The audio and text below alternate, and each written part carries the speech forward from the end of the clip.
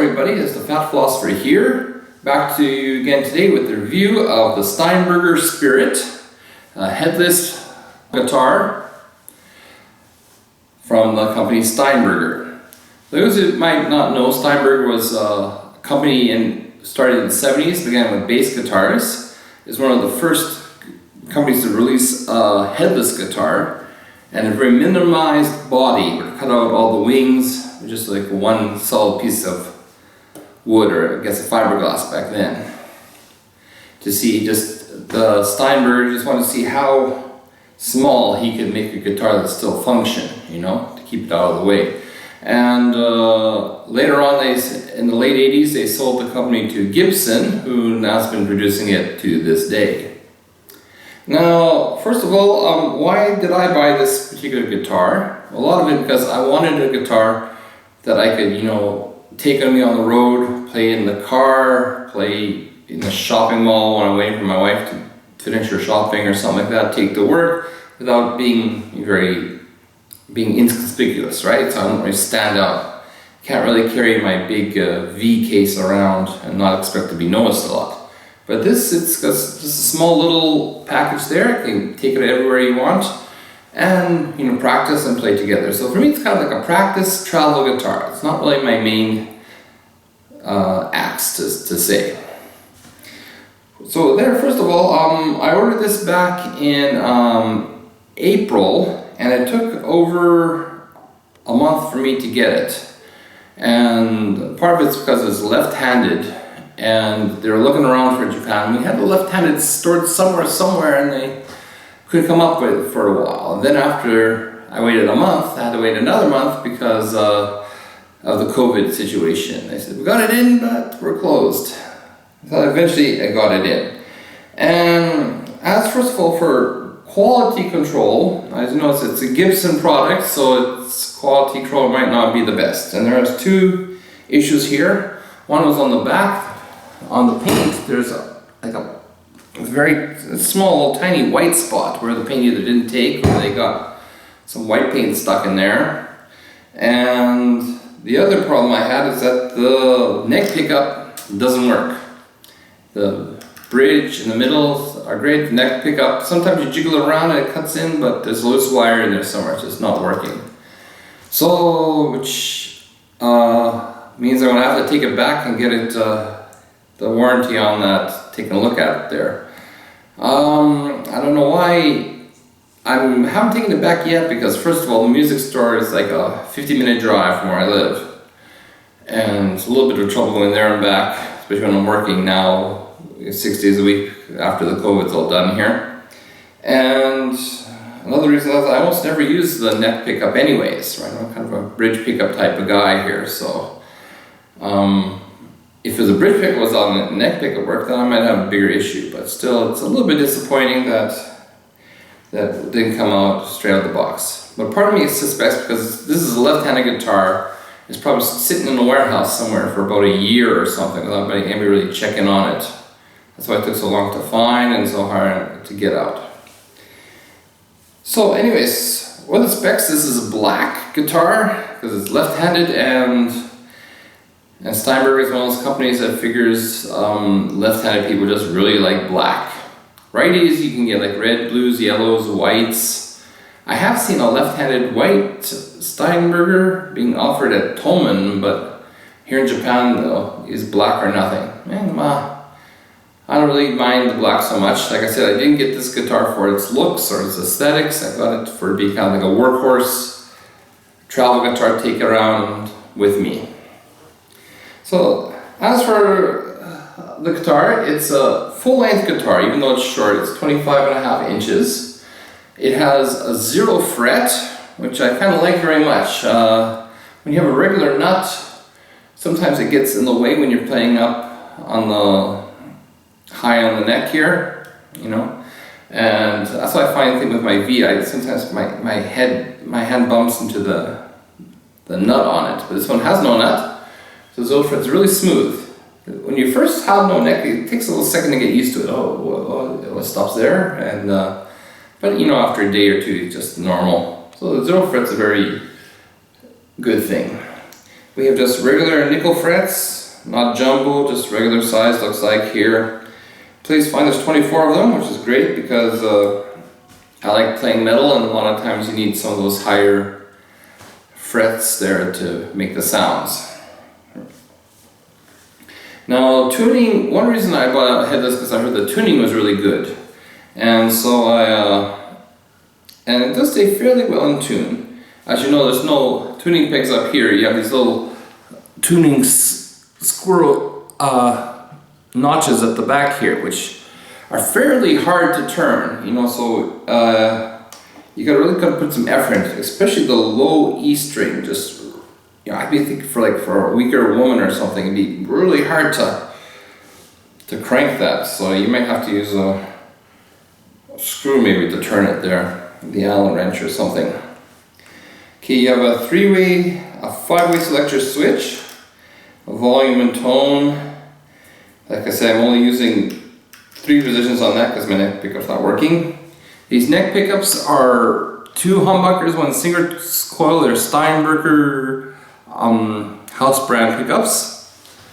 You know, they're not bad. You know, a lot of people do replace them. These aren't active bodies, these are passive pickups, but they kind of look nice with the covers on them there. And for me, like I said, this is probably not something I'm going to play on stage. It's just something to practice with. So if it makes a noise, a decent noise, it's fine by me. And it's fairly good that way. Some people might be wondering about the sustain on this guitar, and because it's being so small, but it actually sustains fairly well. Now, even though it's small, it's fairly thick. You know, it's not the thinnest guitar ever there. So it's got a bit of wood here to keep it going there. By the way, the wood here is a basswood with a maple 3-piece maple neck and a satinwood fretboard, which I've never played before for satinwood, but always been a kind of rosewood type of guy, but it seems to be fine and serviceable, no problems there.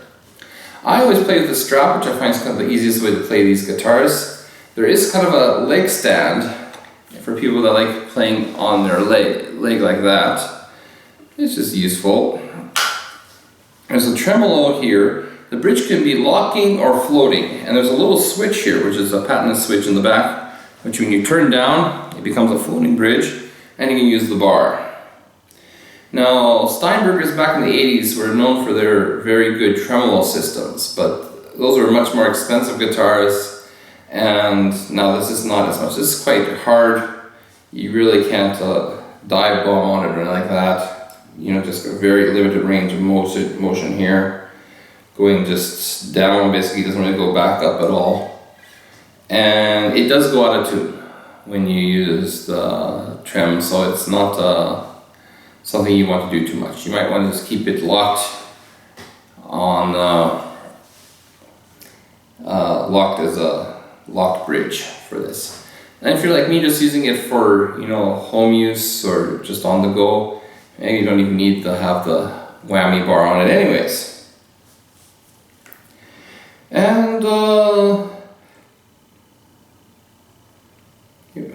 one thing I was a little surprised about is the fret axis. Of course, it's got 24 frets, but you think the fret axis would be really good on this. It's not bad, but it's not that great either. The reason is because the neck joint is like a typical Gibson Les Paul, really thick type of neck joint.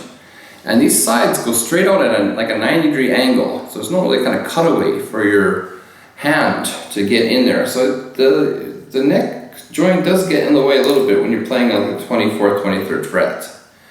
And you know, my V has better access for that. I kind of wish they would take a little bit off the bottom part here, you know, just to, since they cut out so much of it already, I think you took another ½ inch off of the bottom here just to get you access, a little better access. But it's not that big of a deal. Okay. It's a light guitar, like I made a basswood, and it's not so light that you feel like it's like toy or like that. I think it's got thickness, so it's a little bit, but maybe it's about 2.5 kilos, if that, you know, 5-6 pounds, and pretty easy to play. Sounds, pickup sounds are serviceable, you know, maybe some people might change them out. I kept them as it is, because it's not something that, of course I'm going to have to figure out this neck one here. Now changing strings on this is really easy. It's got a double ball system. So you just kind of loosen up, take it up, hook it up, and you know it's like a 5-minute job. One thing though, you need these double ball strings, which are pretty expensive. They're about 30 bucks a pop. Or you can get an adapter, which lets you use regular strings. Adapter is about 20 bucks. Then you can just use your regular 5-6 buck strings if that's what you prefer to use. I have not put the adapter on mine yet because I still got a set of these double balls to go through, and it's on 10s now. I'm going to put 9s on after I'm finished with the original 10s on it here. The neck is thin, fairly thin. It's not and fairly flat. I find it fairly easy to play. I usually when I play at work, I bring about this little Vox mini amp. It's this AP2 metal version. Plug it in, put headphones in, and I'm ready to go. Or I can just plug it into a deck of some sort, like an out jack on it, and it works great. Now, a little bit trouble, they do give you this case. Now this case, of course, is nice, small, and convenient, but it's like, you know, look at it, it's got like almost no padding on it, just very thin, 1/4 inch foam all over it. So it's not something you want to put under a plane, it's not something you want to put on an overhead deck. If you are going to try to take this on a plane, you might want to ask them to put it in one of their closets there, because this is, it doesn't really protect it, just mostly for carrying it around, you know, so I'm using, when I'm talking traveling, usually I'm talking with my card, taking it to work or taking it on a business trip. I might not even bring this if I had to take a plane, you know. A plane, you don't need to play the guitar anyway, so I'm going on a business trip. But anyways, I'll play some tones for you. Like I say, I only got 2 pickups to hear, and some people and you can see what it sounds like after this. So that is my review of the Steinberger headless guitar. It's a good price at about $400. You know, it's a lot cheaper than most, you know, like than a Kiesel or an Ormsby or any other headless guitar out there that's popular these days.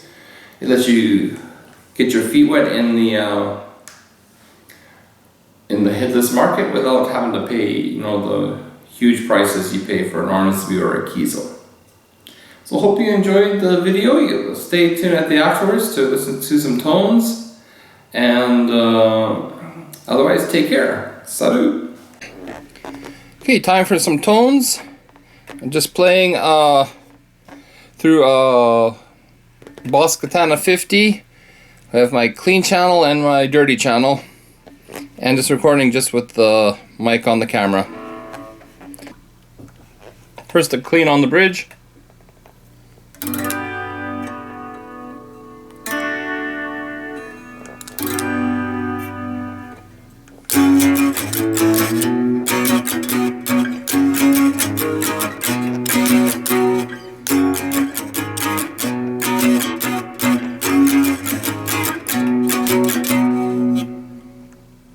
Okay. Dirty on the bridge.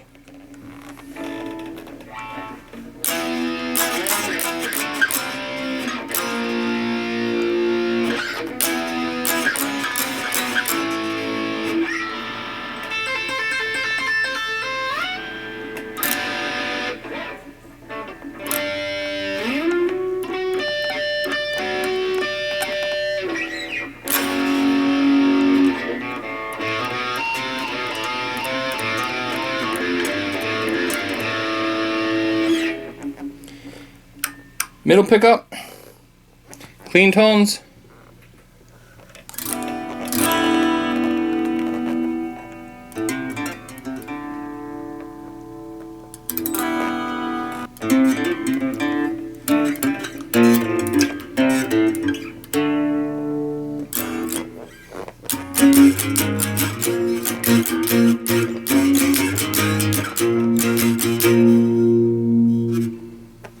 Dirty.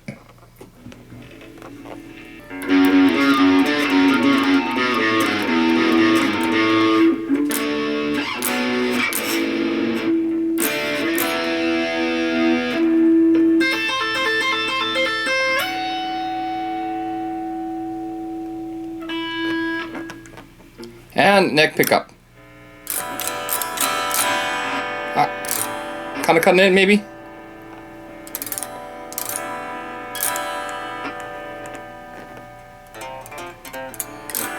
Start cutting out again. Like I say, it's not working right.